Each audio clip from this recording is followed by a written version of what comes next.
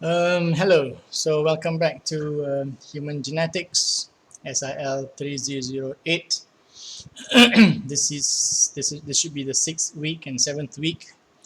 If we look at your course plan, this is when we talk about genetic mapping of the human genome, markers, family, pedigree analysis, genetic mapping, looking at the lot scores and so on. All right. We're going to start off looking at this slides, notes 317. Okay. So basically, in this topic, we're going to cover most of this titles. When we talk about genetic diseases, now diseases can be broadly categorized as whether it's genetic or acquired. Acquired refer to those infectious diseases, and so it's not genetics. And genetics, on the other hand, can be divided broadly into single gene and perhaps polygenic, and also some of them are multifactorial. Multifactorial and polygenic is really, sometimes they are used interchangeably, but they really mean different things. Polygenic means it's caused by more than one gene, whereas multifactorial can either be many genes or also include the environment. These are sometimes what you call as the lifestyle diseases. Have you heard of lifestyle diseases? It is affected by the environment, what you eat, whether you exercise or not, whether you smoke, and so these are some we call as the lifestyle diseases. And in those lifestyle diseases, you have genetics play some role in that as well. But we're not going to do that. We are mainly going to focus in single gene disorders. And basically, what we're going to be looking at are the Mendelian disorders. So we're going to look at Mendelian pattern of inheritance. Basically, the autosomal dominant, autosomal recessive, X-linked dominant, X-linked recessive, Y-linked, and things like that. And for that, the main reference, if you go back to the spectrum, it will be here. It will be, you can use this. You can use this Gustavo Murray. Gustavo Murray is a textbook, Inheritance of Simple Mendelian Traits. This book is called Inheritance of Mendelian Traits in Humans. So one of the first chapters deals with human genetic diseases. You can see the topic, if I make it a little bit bigger. Yeah. So there include this part, patterns of inheritance and examples, autosomal dominant, autosomal recessive, and X-linked traits. They are quite simply organized and simple to understand. So this will be one of your main references. Later on, we are also going to look at pedigree analysis and also some issues in determining pedigrees. And also when we want to look at inheritance of multiple traits, independent assortment and linkage, how we determine linkage by looking at calculations. We're going to use this book as one of the references. But again, for starters, you can also look at this document, this 2005 Human Pedigree. This is a note. These are notes that I've downloaded. I can't remember where from. I've downloaded it for quite a long time. It says there, 2005. But these notes, they give a very straightforward description of what I want to teach. So basically, it talks about, again, the different types of inheritance, autosomal dominant, what are the characteristics. There are example, achondroplasia is a disease. Brachydactyly is when you see, dactyly is the fingers where it's got branches. Sometimes it's also called polydactyly. That's autosomal dominant. This is how it looks like. There are some characteristics of the human of the autosomal dominant disorders. You had autosomal recessive, albinism, cystic fibrosis. These are examples of diseases and what characteristics. So it's all there in this document as well. It also has some, which we are going to see in a bit, uh, difficulties in establishing inheritance in pedigrees. While you may think that, well, when we do disrupt Drosophila, and so it's quite easy to determine which ones are the dominant and recessive and so on. But sometimes in dealing with human genetic disease, it's not easy. Why? In Drosophila, you're talking about hundreds of progenies, and easily you can calculate Mendelian and so on, Mendelian, whether it follows Mendelian ratios, you have you can do chi-squares and things like that. But for humans, usually the typical family will have like 3 or 4 children, right? Sometimes you see maybe 12, 13, but mostly, especially in the urban area, you have very small nuclear families, 1 or 2 children, and with that, it's quite impossible to do statistics, and it's not easy to determine the mode of inheritance unless you have many different families. We're going to get into that. So this again, this is another reference. Of course, you can also use this the Human Molecular Genetics textbook. I have it here somewhere. Okay, here. It is given in chapter 3. Let me see.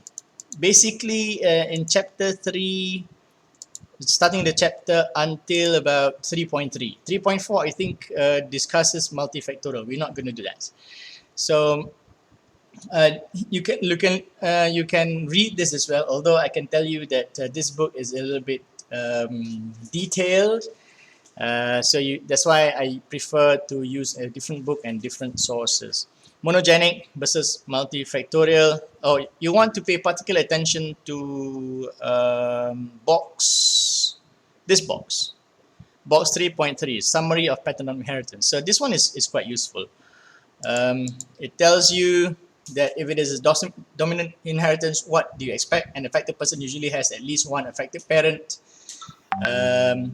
It affects either sex, doesn't matter, so these are the characteristics. This will be useful for if you want to have a look at the characteristics of different types of inheritance. All right, as I mentioned, don't go further than 3.3, right? 3.4 is something else. And then later, when we talk about genetic mapping, again, you can use this book also. I think it's in chapter 14. Chapter 14, if you go to chapter 14, again, 14 until 14.3. Here you go, the topic on recombination and mapping, how we use recombination, how we deal with lot scores. Same points here you can see in the other book, the Gustavo Maroni. Only, personally, I think what is explained in Gustavo Maroni is easier to understand. But it's up to you. So this is also one of your references that you can use. Okay. So other than that, any textbook on human genetics and pedigree analysis should be okay. Now, I will not dwell in too much with looking at the pedigrees, because I think you've already done it somewhere. Otherwise, you can do the reading. Like, for example, when you look at a pedigree, you can guess. Anyway, there's also an exercise you will do. I'll ask you to do this. You look at this tutorial pedigree, right? These are examples. What you need to do here is, for every pedigree, you answer these questions. Look at this. Can this trait be inherited in autosomal recessive? So you try and work it out. Pedigree A, does it work? If it does, then there's a possibility. Same pedigree A, can it be inherited in autosomal dominant? This is what we do in medical genetics. We eliminate. For example, for pedigree A, we can eliminate dominance, because if it is dominant, then one of the parents must be affected. So it's somewhere can it be X-linked recessive?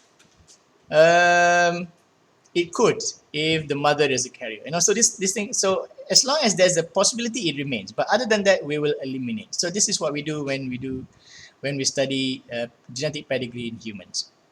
But we leave that for now, because that will be part of your tutorial and practical exercise. Now, going back to pedigree analysis. Okay, so Monogenic versus polygenic inheritance. Monogenic, of course, single gene. But we'll not get into that again, but it's more complicated nowadays. But we'll leave it at that. Mendelian pedigree patterns. Now, ascertainment errors. That I will explain in the next video. But variable expression mosaicism. So, if you remember, the papers also mentioned that problems with determining difficulties in establishing inheritance form. So, what is the? It's not as easy as it looks. Why? These are some of the points, and you should have seen them somewhere in your earlier genetic studies, for example. Now, so what is variable expression? Variable expression is when you look at your brothers, and you and your brother or your sister have the same phenotype, but one is more severe, one is mild, one is more. So that is variable expression. That means you have it, but the degree of expression is different. That is the opposite of penetrance. Penetrance is whether you have it or not. It can skip generations again. So these are factors. We again don't worry. We are going to consider this again when I go deeper into pedigree analysis. I'm just going through the topics. Yeah. Phenocopies. What are phenocopies? I mentioned them in class. Phenocopies are when the phenotype is actually caused by environment, but it just looks like a genetic disorder. I mentioned thalidomide inheritance, the effects of thalidomide drug. Have you seen individuals without limbs? You just have the body, you don't have the hand, you don't have feet, or sometimes just you don't have the hand, you have feet, and so on. So this is a genetic condition. But back in the 1950s, they were treating treating the mothers, pregnant mothers, with a drug for, I can't remember for what particular ailment.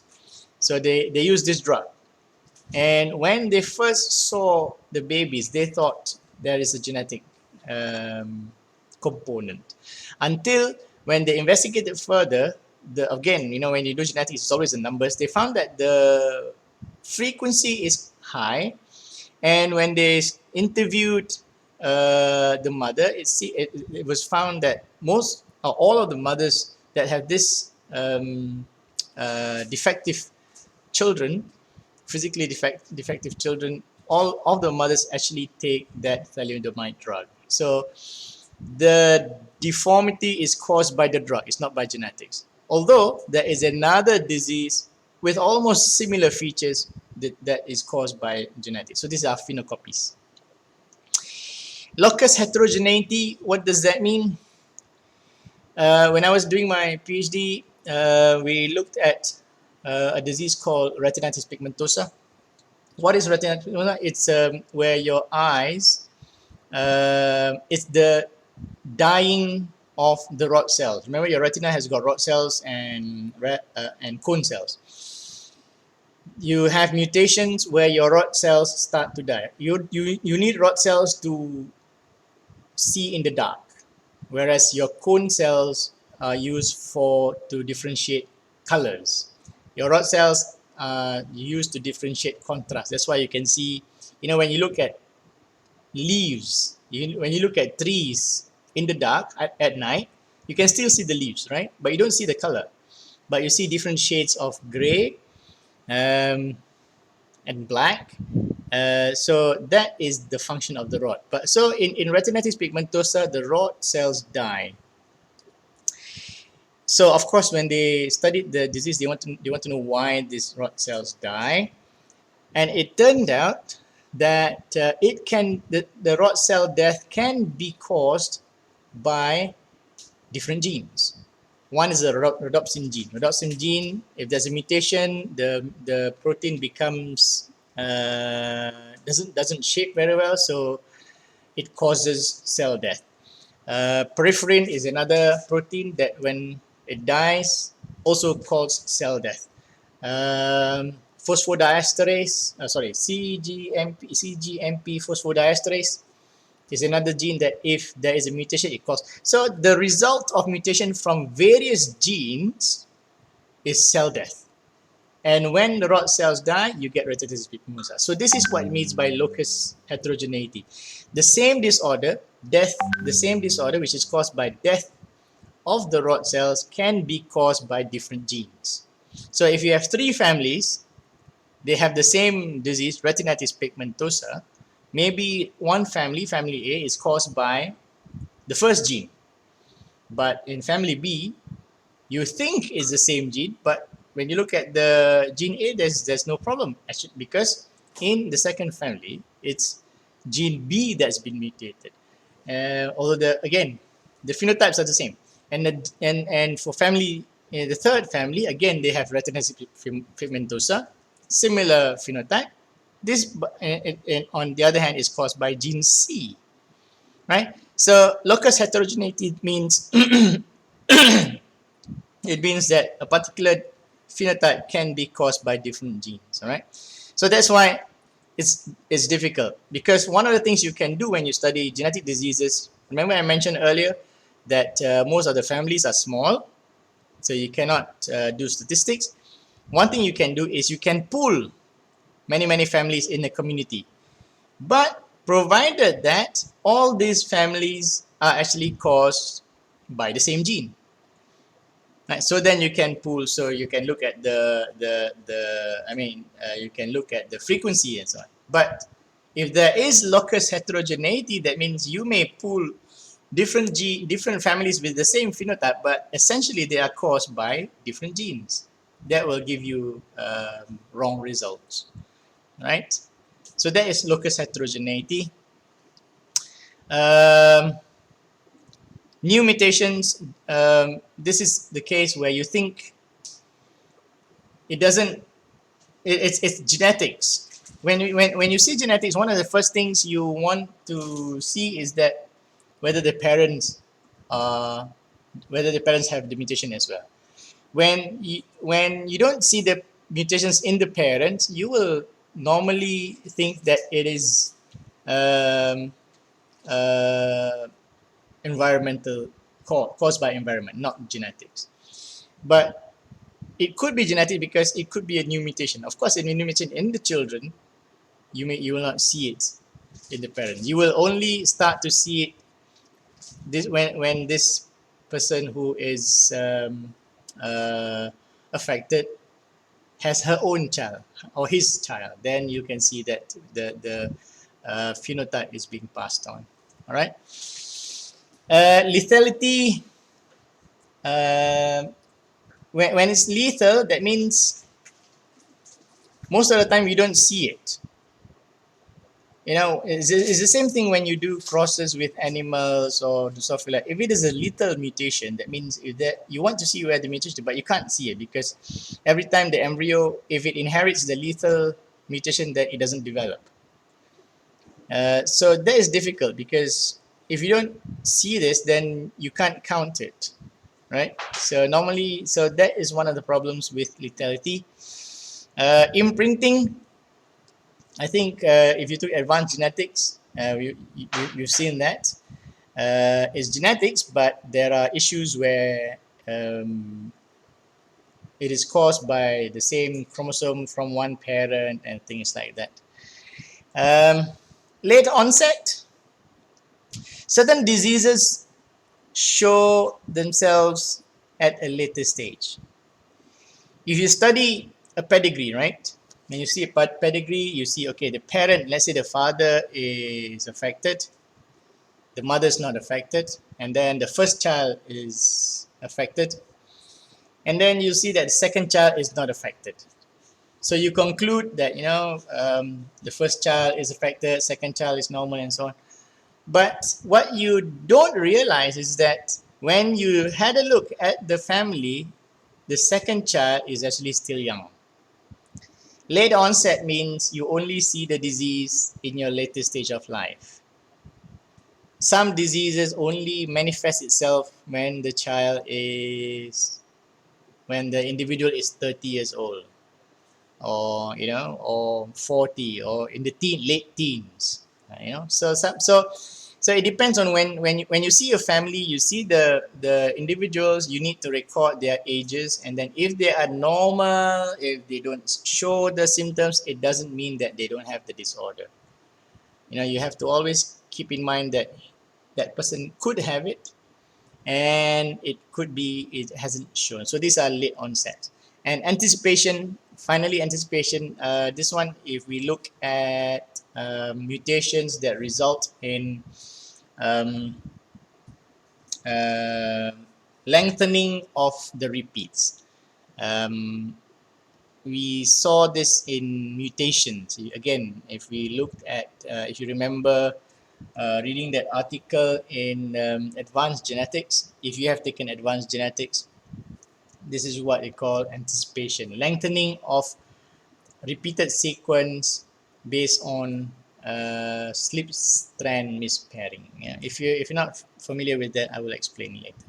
So this is I'm again, what I'm trying to do now is I'm just trying to explain some of the terms, some of the things that you can actually see, because after this we're going to really look at the pedigree analysis. So once we have determined whether the disorder is autosomal dominant, or once we've done, that's the first thing we do. Once we have done that, then why we want to study that is, normally we want to try and see whether we can predict the child, the unborn child, whether that the child is going, it's like a prenatal diagnosis. And there we calculate genetic risks.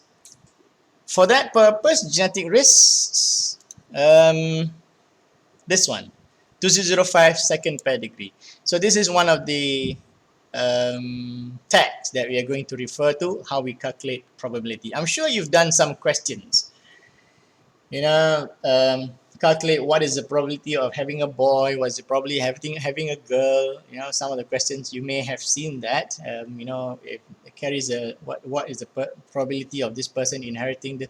So if you've done those kind of questions, this is what we're going to do, except that for this part we're going to do in a little bit more detail. There are some Bayesian statistics that we can include in that. Okay. And then we will not do multifactorial. Once we finish genetic risk, then we can look at genetic mapping. And genetic mapping, hopefully, again, when we talk genetic mapping, we're going to look at markers, variability, and so we are still going to look at pedigree analysis. But now, instead of just looking at the pedigree, we are going to look at the alleles. I will explain that, and then we can calculate the linkage and lot scores, and then only if we have time we will do association studies and linkage disequilibrium. Okay. I think I'll stop here for now, and I'll continue in the next slide. I'll see you again.